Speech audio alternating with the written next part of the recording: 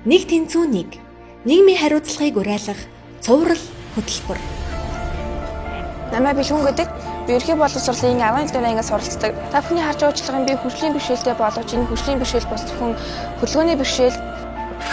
Хөдөлмөр нийгмийн хамгааллын яамны 2017 оны статистик мэдээлэлд Монгол улсад нийт 103,630 хөгжлийн бэрхшээлтэй иргэд бүртгэлтэй байсан бөгөөд эдгээр иргэдийн 20,688-д хөдөлгөөний бэрхшээлтэй ба нийт хөгжлийн бэрхшээлтэй иргэдийн хамгийн их буюу 19.9%-ийг эзэлдэг юм байна.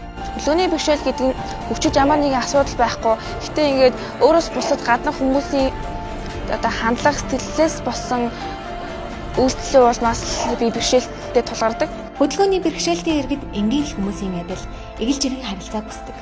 Үүний тулд энгийн хүмүүсийн адил нийгмийн бүх үйлчилгээг ялгарлалгүй хүртэх, ижил тэгш үүрэг хариуцлага хүлээхийг хүсч эрмэлздэг.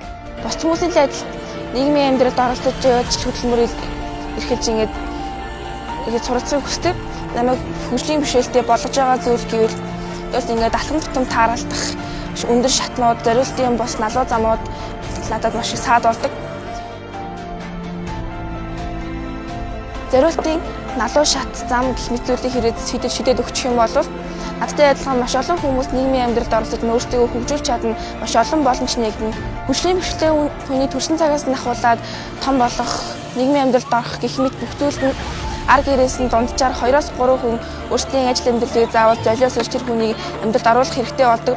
Хүн бүрийн тэшхийг хангахын тулд албан байгууллагууд үүднийхээ орц гарцны асуудлыг шийдэж бидэнд тохирсон налууж замыг хийж эсвэл налуу зам хийсэн байгууллагууд нь тэрийг стандартын дагуу барих юм бол надтай адилхан мянган хөгжлийн бэрхшээлтэй иргэдийн амьдрал бусдын тусалцаагаар өөрөө биедан амьдрах нөхцөлийг бүрдүүлнэ.